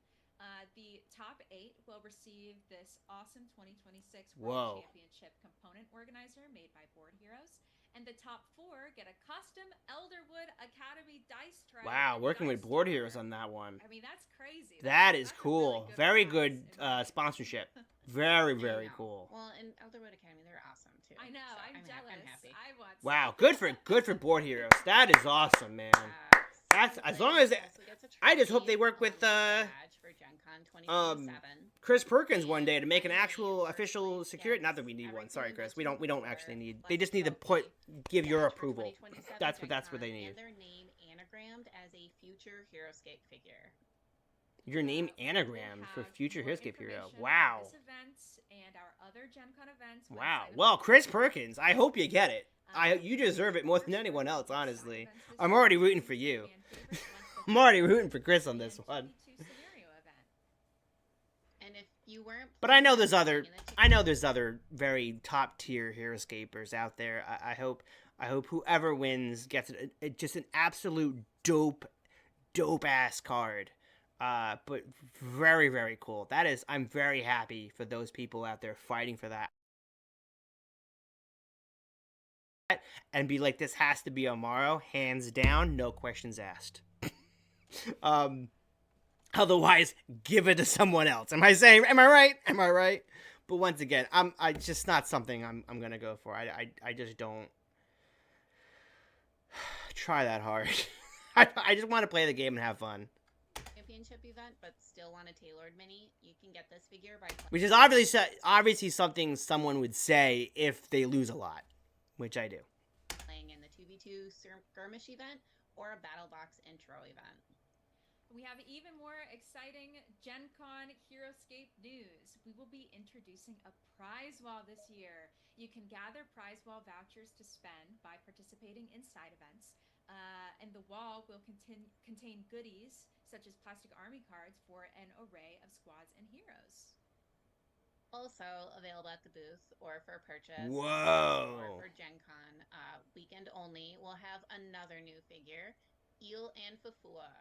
Whoa! Eel and Fufua bring volatile firepower and unpredictable aggression to your games. At full strength, mobile gunner special attack allows them to unleash punishing ranged fire even while pirate and monster, unfathomable. after a normal attack and keeping pressure on multiple fronts at once.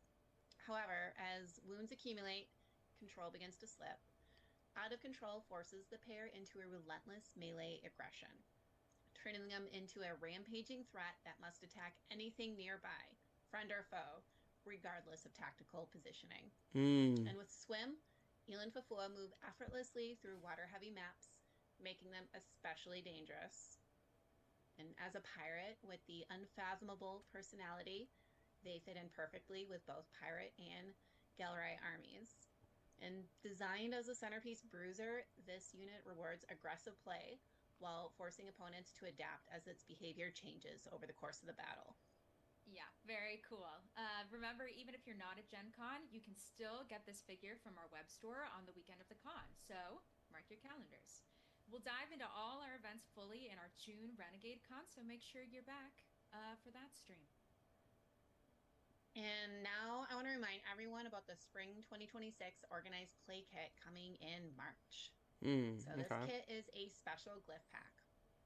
Each kit comes with 9 sets of glyphs from the Age of Annihilation era. That's a way cool. I want one of those. I want those Glyph of Zenithrax vines. Why couldn't they look like that the first time around? Come on, man. We're ending on a bad note with this, giving me disappointment. That looks so cool. Oh, that looks so cool. I want those vines. I want a refund. I want those vines for free.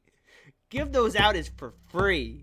So there's enough price support for top 8 players, plus a set for the tournament organizer.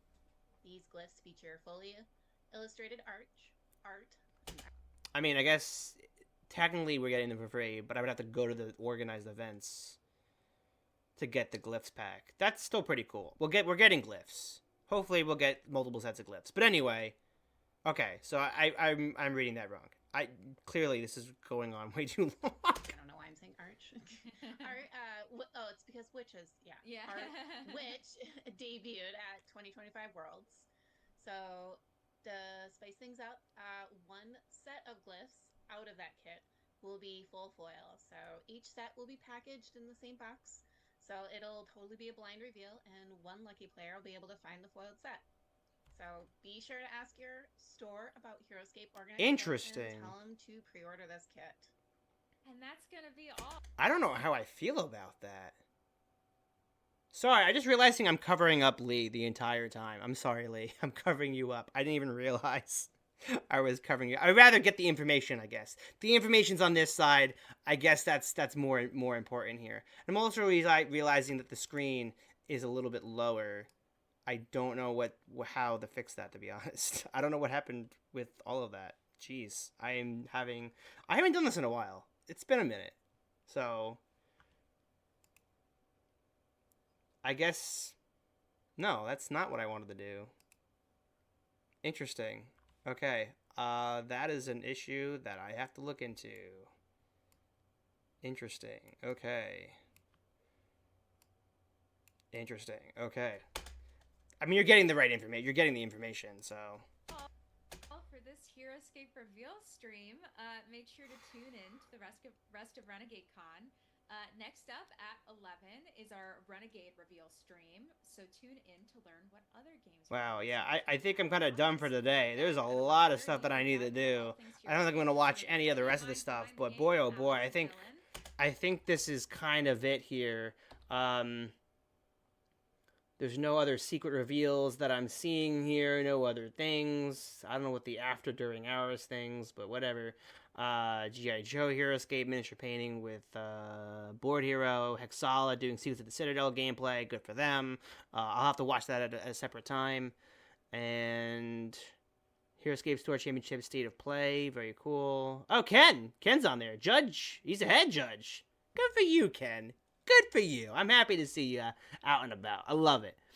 And then heroScape Game Designer Roundtable, which I think I will look at some point in the future. We'll do that at a What's Going On podcast, which is technically this is a What's Going On podcast, but it's not live. So eventually I will make these live. So I think I might label it as a What's Going On podcast preview for what's to come, kind of what to expect out of this. It's kind of like a 2-hour show to begin with, so kind of a dry run, not being live, but kind of a dry run. And then Renegade new game reveals. Don't care about their new games, just heroScape for now. And yeah, we had the summer reveals. Wow, that was amazing. I cannot wait to talk to Ryan and the crew about all of it. I don't think I'm missing anything else. I think that is just it. So before I let you guys out of here, unless you're already out of here, so bye, I guess. The next RenegadeCon is in June. So we don't have anything in June, to my knowledge. If I'm correct me if I'm wrong, which I'm sure you've already been typing vigorously this entire time. I hope. So that once again reveal March GI Joe, April I'm gonna get the trees. I know there's the Gretz that are coming out as well, and I think the Revner units or something that look like the older Kyrie squad units. So that is April.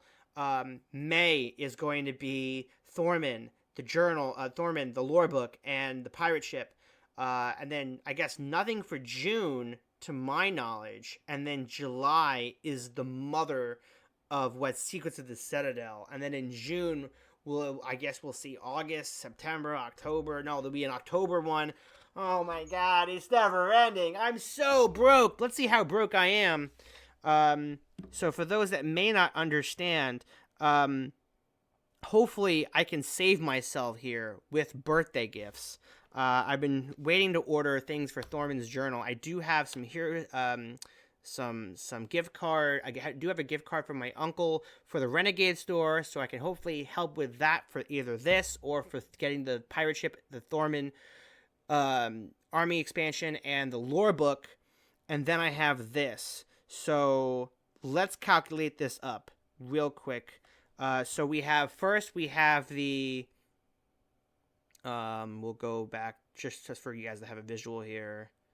Here. Okay. So we have the Battle for the Black Scar battle box. Like I said, I'm not, my idea of buying something painted or unpainted would be like, do I really want to paint this? Cause I don't like the paint scheme. And is the dollar amount more than really warranted? If it's like a $50 difference, then yeah, I'll buy it unpainted myself. But if it's like a $10 difference, it's whatever. This is a $15 difference, right? $5.70, yeah, $15 difference. Not really huge amount to me. But so that's $80. So we're looking at $80 for this. Then we have the CCR, which is the Clockwork Combine Clockwork Combine Research Expedition. So this is $55, which I think is, I don't know, you tell me if you think this is a lot of money or not for 4 figures. I feel, based on all the math we've seen before, I think it's not that bad. 55, looking at 55, we're at 135. We're looking at the CCCC. Oh my God. This is the Con-Can one, I believe.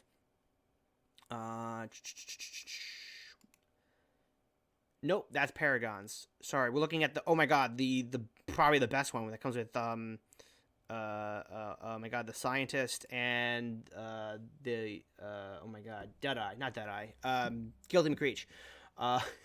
The Crooked Crew of the Clockwork Combine, which I love that they're using the Clockwork Combine. I love we're getting actual lore that we knew from Avalon Hill back into the game. This is $50. We're at $185 now. Next is the PNA, which is the one with Con-Can. I love that we're getting more. Nope, we're going ahead. The PNA's got the gallery. It's got Con-Can. Nope. Why is it not skipping? Here it is. Okay, Paragons of the New Alliance. This is kind of, I don't even know what Joan of Arc does. Should we look at Joan of Arc real quick? What does she do? Janna d'Arc, Shield of Faith 13. If this figure would be affected by an attack, after attack dice are rolled, you may roll 20-sided dice. Roll a 13 or higher. Ignore all wounds figures you control would take from that attack. If you use Shield of Faith 13, this figure cannot roll defense dice against this attack. Okay. Interesting. So you're taking wounds from other people. Okay. Faithful Spirit. When Jane d'Arc is destroyed, you may place her figure onto a unique army card. While she is on that army card gains the Shield of Faith special 13 power. Oh wow! If a figure of that army card rolls 1 through 5 for Shield of Faith 13, remove Jane of Arc from that army card. Oh, interesting. So if you fail it, you remove the spirit. Something that we have not seen before. And then, of course, Reach, which is a little bit further up. Very cool. Okay, so that's pretty cool. So this is the Paragons pack. And we're looking, go with the 2 extra glyphs, Glyph of Gerda, and the one that's kind of, this is 45 for painted. We're looking at 230, so we're already over the, well, I should subtract the 80 points after we've done that and see if we can get into the range. We have 2 more expansions at this point. This is one more army expansion, and then we have the Lands of Valhalla, or the ancient Lands of Valhalla. So now this is the one with the Hive Lord in it. This is the Might of the New Alliance. This is also $50. And then the last one is $70. This is the ancient Lands of Valhalla. $70. So this is plus 70. So $350. We're looking at $350 for everything painted premium stuff here. So let's say if we take out the $80 for the battle box, we're looking at $270. And this is obviously without any shipping or taxes or whatever. So I feel like at this point, obviously, they might have done this, I don't know, on purpose, or maybe it's easier for some folk that aren't collectors. They're like, hey, I really like the Hive Lord, but I don't really care about the Jandar Ukar Alliance thing. I'm not going to get this. I do want to get this. I don't want to get this. It's just unfortunate that I like all of it, and it's super cool, and I'm a collector, and I want to collect it all. And so I'm broke. Majorly broke. And the big problem is that all of it is coming out in 1 month.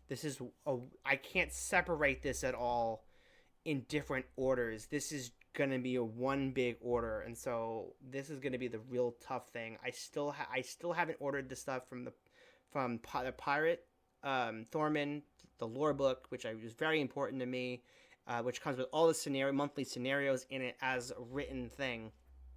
And of course the pirate ship, which I do love, and I can't wait to get my hands on the cannons, because I'd love to add those to my heroScape adventures. So even that, if we add so we have the full price of everything that from this reveal panel, $350, plus the other things, which I think is another like $100 to $200, probably closer to $200. So we're looking at about $500 worth of heroScape for the next 2 months, and I don't think I can do it. I don't think I can do it. I think I might have to pick and choose here what things I want. But we're running out of time here. Let me know what you guys think in the comments below. Do you guys like the idea that they are splitting up what there would be as a master set to all these different army expansions, and then oh my god, a terrain pack. The Ancient Lands of Valhalla, you get the separate terrain pack, you have the battle box, which is a lower price point, and then you have the army expansions. Do you like this better than having a battle box and a master set? Let me know in the comments below. Which ones are you picking it up? Are you getting everything? Are you getting one or the other? I think I might have to pick and choose here. It doesn't matter if you get one thing or if you get all of it. No matter what, you will get Isamu.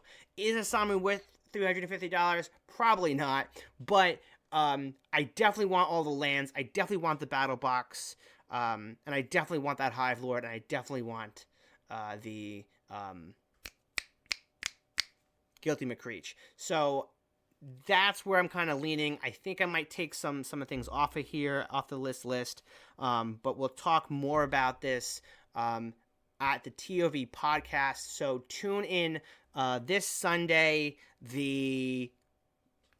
Sunday, March 1st, for the TOV podcast where we talk about our favorite things from this Secrets of the Citadel reveal.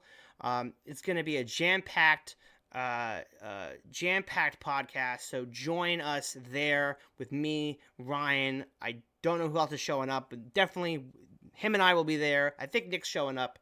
I think Nick is showing up, so we're tuning in for there, and I think probably Rogue. I think Rogue is going to be there.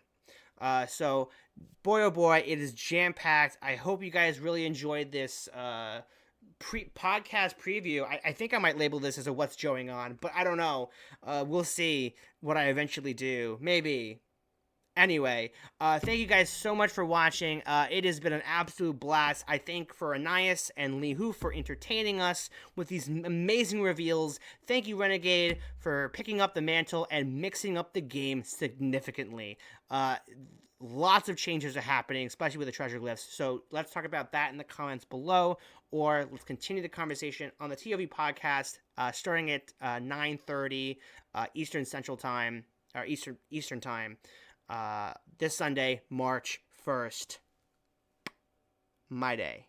My birthday. So come, join us live. And until then, don't forget, I am not crazy. I'm Joe Crazy.